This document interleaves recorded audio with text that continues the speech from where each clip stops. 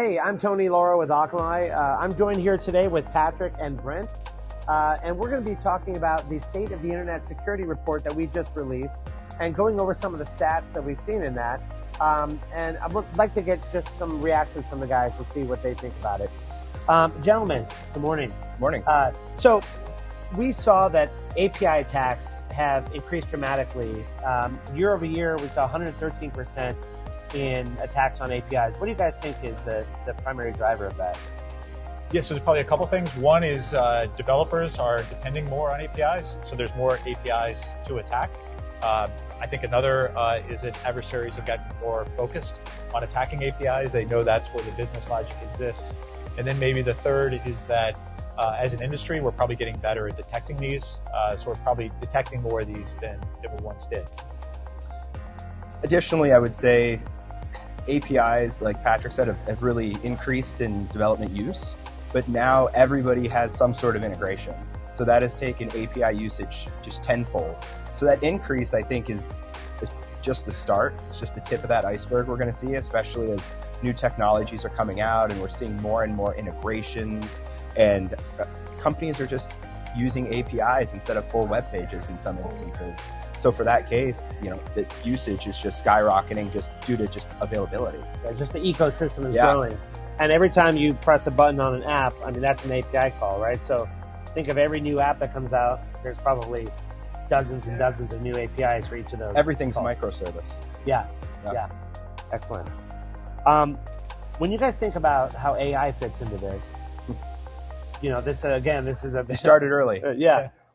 I mean, APIs are the primary driver for, AI adoption, right? Because all of those callbacks are all API. What do you think's going on there that might be, we might maybe be seeing the tip of the iceberg in terms of adversarial activity against AI platforms? Yeah, you can't have AI without APIs. Every AI invocation is an API call.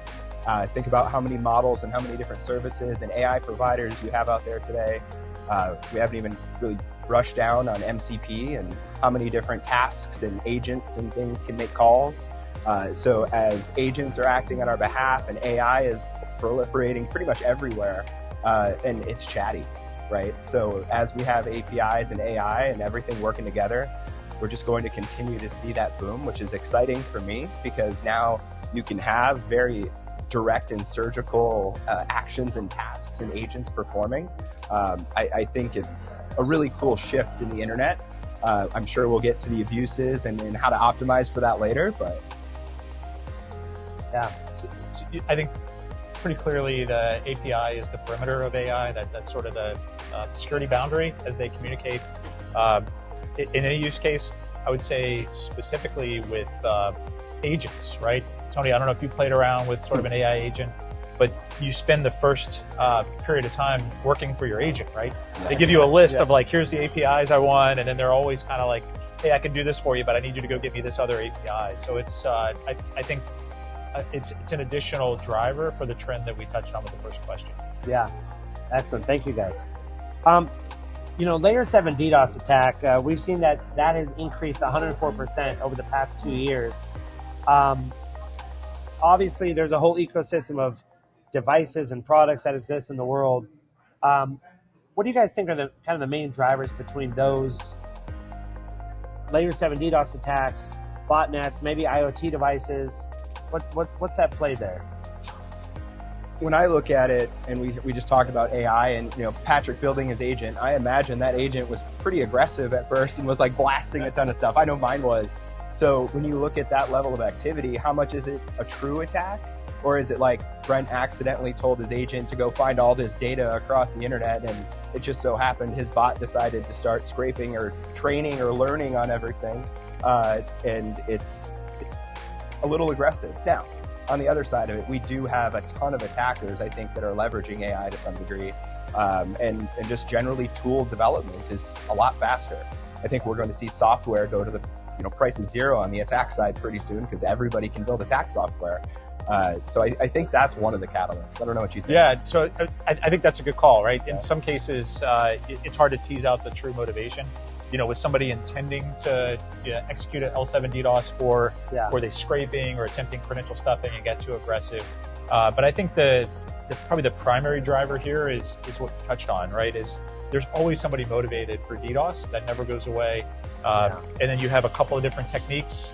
As an attacker, we always will see typically the traffic high watermarks will be a result of some amplification vulnerability that somebody stumbles on, and then we have to go remove that availability from the internet. But I think over the last 2 years, what we're really seeing is adversaries love layer 7s. It's really, really hard. It's the hardest DOS to block. But as an attacker, when you commit a layer 7 attack, you have to complete various handshakes up and down the protocol stack. So you have to disclose your IP infrastructure and disclose the constituents of your botnet. So when we're seeing as much layer 7 as we've seen over the last year and a half, that just means there is so much available. Probably IoT, when we do the research, our teams that are pulling that apart, they see it's consumer devices that are just horribly secured. Those become a very, very easy inventory for the attacker to amass. And they're very comfortable burning that because they have such a surplus of devices they can replace any teardown efforts with. So that's probably the number one driver. Yeah. That's a good point, actually. We didn't even cover on the residential proxy side of the house where a lot of these attacks are coming from. Oh, yeah. So when I have a residential proxy, it's attacking a site or anything, and I'm trying to defend against that, it's blending in with normal customer traffic that I would expect to see. So what am I going to do? I can't go knock off a local ISP. That's not going to go well for any of us. Yeah. But the attackers know that, so they can proliferate those attacks through residential proxies, which we've seen in the past, but now the amount that's being used, whether it's through nation states or what have you, for this level of traffic, it's really good at hiding within the normal volumes and within the trends. So for us to surgically pull that out, it takes a little bit. So I think the role as a defender, obviously we're continuing to engineer new detections. The SOC is helping pull some of those apart. But I think we should also give kudos to some of the folks that often operate sort of in the back room. We've got some researchers that are out there working with law enforcement to try to pull these botnets apart to assist law enforcement. Because ultimately, when you have somebody who's building a botnet as large as some of these are, you probably need law enforcement to play a role in bringing that back down to a typical level. Slightly outside of the SOTI, but I think we just assisted in something like that recently. So that's awesome. Yeah. That's good news. There's a lot of unsung heroes that do a lot of research behind the scenes, but they make a big difference. It's always the people locked in the back room, knowing, my teams were always the teams in the back room behind multiple badge access that are always helping out and doing those things. And you're right. They're not the ones sitting in the big room with all the 50-inch screens, or the ones in the C-suite, the ones who get to publish it. But those guys and gals are really doing a great job. Make a difference. Yeah. It comes down, I guess, to the fidelity of your detection, right? So saying, hey, we're obviously blocking a bad IP address in some random data center halfway around the world, but when it starts coming to IPs reaching out to you that look like they're coming from your customer's IP space, now the fidelity of that detection has to be that much higher, right? Or else you might be blocking a good user, right? Well, that doubles down on the value of these types of reporting that we put out. We put out multiple per year now because we realize customers want more just-in-time information. Once a year just wasn't enough. So the folks that are working on these types of reports and the value of information sharing, when we start finding these types of folks in the back room, finding these signals and getting them out as soon as possible, or getting them out at some sort of cadence, like with this report, I can take action on that quite quickly. And that's always been valuable for me as a practitioner. Yeah, that brings up something else. We talk about AI as kind of a force multiplier. We already have seen a little bit of how AI is being used in phishing attacks instead of like the Nigerian print scam. Now it's a very well articulated, well-formatted attack that leverages relationships between different people. How do you guys think AI is being used as a force multiplier on the defender side when it comes to identifying what's going on and what we do about it? I cheated there already, so I'll let you go first. Sure. Look, it's maybe cliche, but you don't want to bring a human to an AI battle, right? If your adversary is operating with the economics and pace of AI, you need to kind of meet them where they are. So I think number one, developers and engineers that are building new detections, they're able to use some of the coding tools to speed their SDLC. And then number two, trusting more over time as you see the efficacy of some of the rules that are actually generated or at least suggested by AI. I think that gives you, a lot of opportunity to keep up with the pace. But I think the days of asking somebody to go through user training and not succumb to like a deep fake video or something, that's we really shouldn't be blaming our users anymore. I think we need to make sure that we're backing them up. I mean, there's software behind all this, right? So as you're developing new software, the problems are kind of multiplying because now software is being written by AI and the potential for security risks is there. Brent, how do you think AI is being used by the attackers more often to kind of leverage, automation there to do bad stuff? We touched on MCP earlier. You and I have gone back many years now at this point, playing in Kali Linux and testing different things and doing stuff. And gosh, now there's an MCP for Kali Linux. So now I can plain language talk to my Claude bot or whatever bot that you subscribe to, and it can then perform attacks or at least teach me how to get to attacks or how to perform them myself. I think the biggest problem I always had as a young, I won't say hacker, but a white hat penetration tester type was remembering all my flags, right? I would hand jam through it. Nope, that's not it. Nope, that's not it. Now I can do it in perfect time. It's fantastic. Hey, give me the exact flag to do this exact thing and give me any recommendations you think I missed or I should be doing. And boom, I have a perfect attack. Reconnaissance is a joke now because my bots can go and keep up with every site anytime that I want. If you look at all the try-hack me or the training sites that do this, the number one attackers now are all AI bots.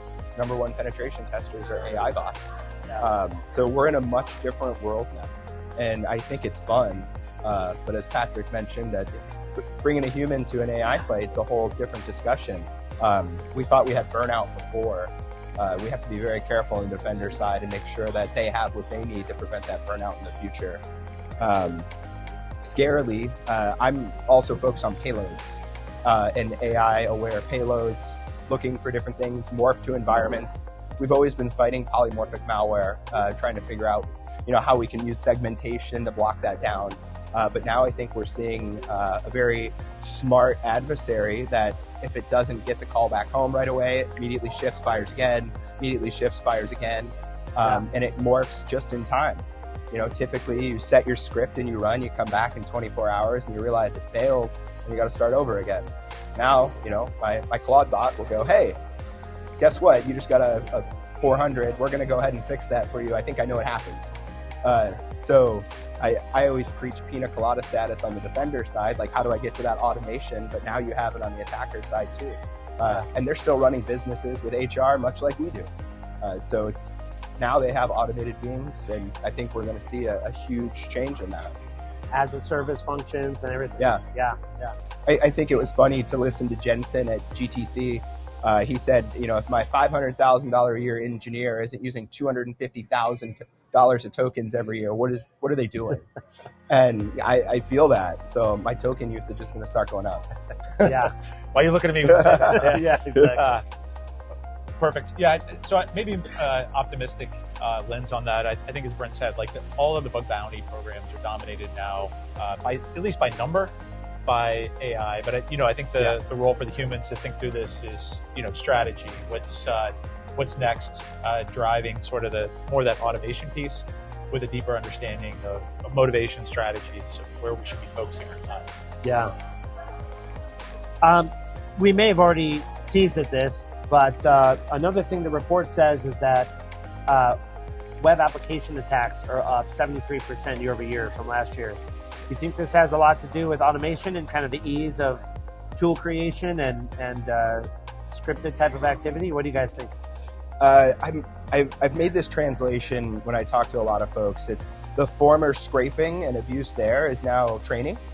So no matter who it is or what it is, I think we are seeing a lot more training against the web applications. I think we're going to need to see a shift in how websites are built that are typically intended for Tony to shop on, be shopping for his 1980s, Ninja Turtles figurines, for example. Now they need to have a more prescriptive way for AI to interact with it. And then that'll help with our signal to noise ratio, I think. I'm curious to see what changes they are making. I know we're making different strides to help figure that out too with research and development. Curious what you think on that. I mean, why would you attack web apps? I mean, that's it's like the bank robber said, right? Because that's I attack the banks because that's where they keep the money, right? I mean, it's across commerce, finance, healthcare, government. That's the most lucrative place to attack these days. And then why is the volume up? I don't think there's a lot of mystery there. It's so much easier to automate attacks. So I think the product of those two trends are why, if we were betting now, in 12 months, are we going to see another 50% plus increase? Yeah. I would bet we will. Yeah. Custom malware, I think, is probably another one. I tend to see a lot more marketplace malware. And now I can probably use different things to help me build custom for Patrick's website malware. Yeah, get creative for Bespoke. specific. Thank you. So I think we'll continue to see bespoke malware and custom fitted for a lot of our retail customers. And, we start looking, especially now, considering geopolitics, we're going to continue to see critical infrastructure APIs and web apps see a lot more traffic. I know we're seeing that hand over fist already. So I can't wait for the next SOTI to come out post this to see what that looks like. Awesome. Well, thank you guys. Thanks for your time. Please check out the link to our SOTI report. Thank you.